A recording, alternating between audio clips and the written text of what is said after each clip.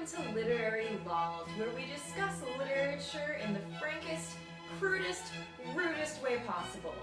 Today, we will be focusing on Jane Eyre, a book that I dearly love, except everything about it that I hate. We begin with the first chapter, in which Jane is a little girl who is living with her aunts and 3 cousins who all kind of suck.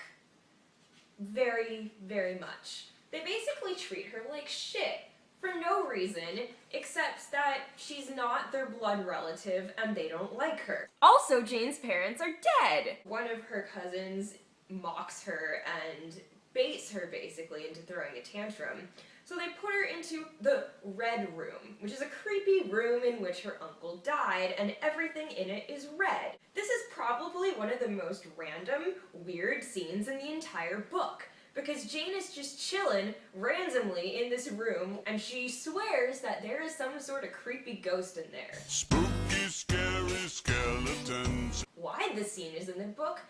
Absolutely no reason at all. She just thought she'd throw in information about this character's childhood. Yeah, that's normal. Just stick your 6-year-old in a creepy room where her uncle died. That's not traumatic or terrifying at all. She'll be fine. No, she's not fine.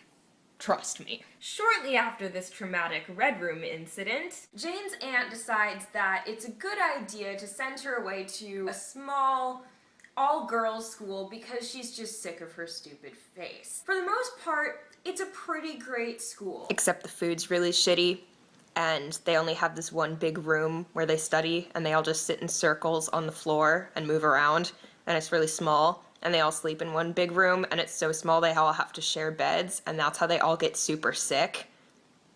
In fact, Jane's best friend dies because she's so sick due to this cramped space and the bad heating.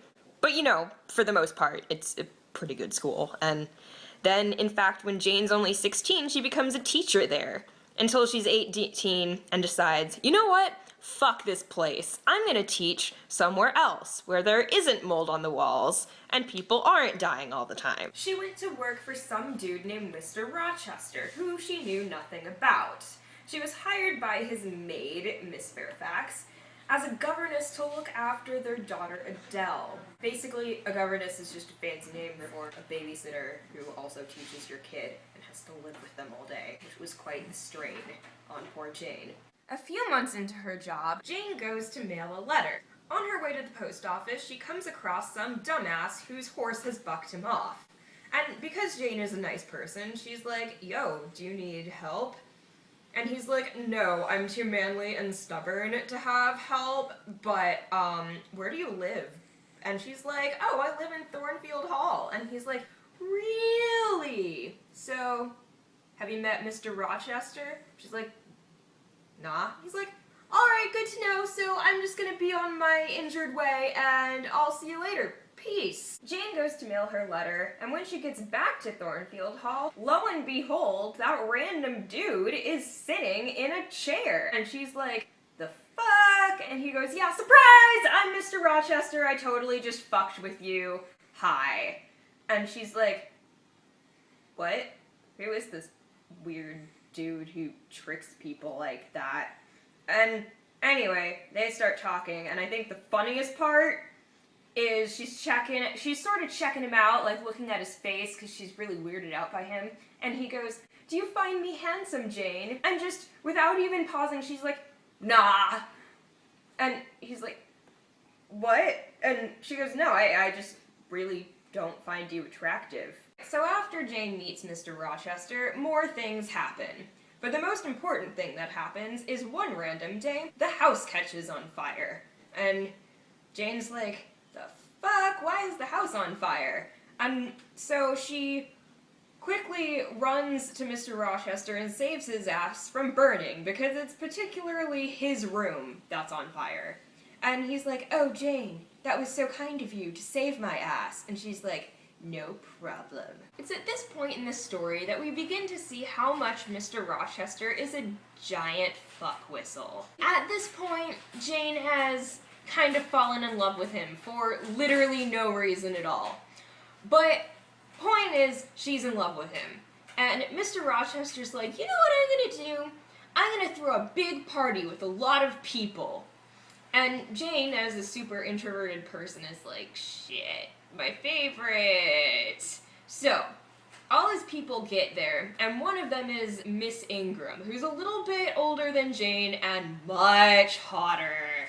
And Mr. Rochester's like, I'm gonna seduce that motherfucker. Jane has to watch Mr. Rochester and Miss Ingram be explicitly flirty and gross. It's around this time that we find out that Mr. Rochester is a giant asshole, which is why Jane falls in love with him. I told you she wasn't going to be fine. Mr. Rochester and Miss Ingram's courtship blossoms into something rather sickening, yet sort of romantic.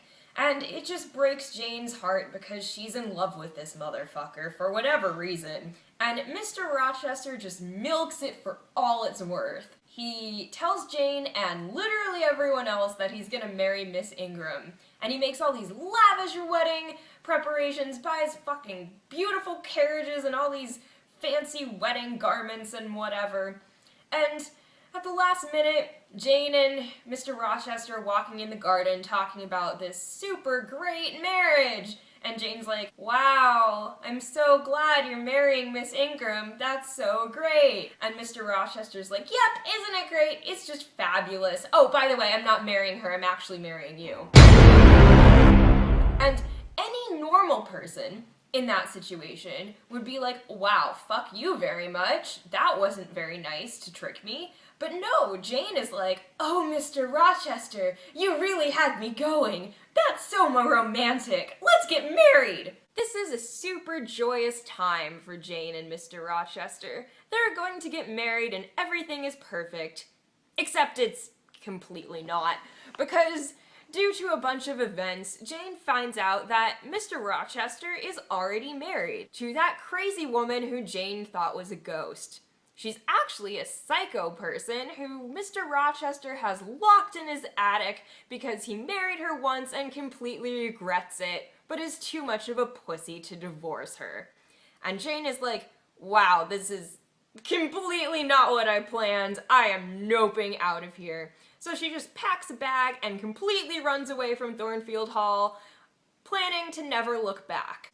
Now, Jane didn't exactly plan this running away thing very well, because she didn't bring any money or any resources at all. So basically, she starts knocking on people's doors like, hey, I'll be your maid, and they're like, nah, man, who are you? Like, go away. And finally, she ends up, like, running through this gross desert place and coming across a little homely cottage where she knocks on the door and begs to be let in. And the dude who lets her in just so happens to be her long-lost cousin. Wow! What are the chances? Her cousin and his two sisters take her in and get her all settled, give her a great job as a teacher, and she lies to them about who she is. She says she's Jane Elliot for some reason, because, I don't know, she's being a pussy, maybe. And she's like, yay, I'm enjoying my life not being with Mr. Rochester, even though she's just lying to herself because she misses him terribly. And after a little bit, her cousin's like, so Jane, I think we should get married. And, you know, in this time, marrying your cousins was just fucking fine, no big deal. And Jane is like, you see, that would be a very good idea, and it's just that, no, I really don't want to. And he's like, wow, man, like, that's hurtful. I kind of want you to marry me. And Jane's like, well, I kind of don't want to marry you. How's that? Jane and her cousin are arguing about how she doesn't want to marry him. And Jane sort of turns her head because she hears, in her head, Mr. Rochester calling her name and calling out to her, Jane, come back to me. And she's like, so, sorry, I'm gonna go after my heart and my crazy mind to the man I was gonna marry, but is an asshole, but I'm gonna go back to him. And so, she does. She runs back to Thornfield Hall, because that's what normal people do. When Jane gets back to Thornfield Hall, surprise, it's all burned to the ground. And she's like, the fuck? and her biggest fear is that Mr. Rochester is dead. But that's not the case. It just turns out that his crazy bitch wife, who was locked up, burned down the house and jumped off the roof and died. And in the process, poor Mr. Rochester got super blinded. When Jane is told that Mr. Rochester is blind and wounded, she runs to find him and sees him and is like, "Oh, Mr. Rochester, I'm so sorry you're injured. It's Jane, I'm back, I love you." And he's like, "Wow, I love you too. And guess what? My wife is dead, so we can get married now." And they're all just like, "Yay!" And that's literally how the story ends. Just like that. They get married. So the moral of the story is, it's okay to cheat on your wife as long as she's crazy and insane and ends up dying. Also, it's totally normal and healthy to date manipulative, gross old men who are basically 20 years older than you and fuck with your emotions. And they lived happily ever after.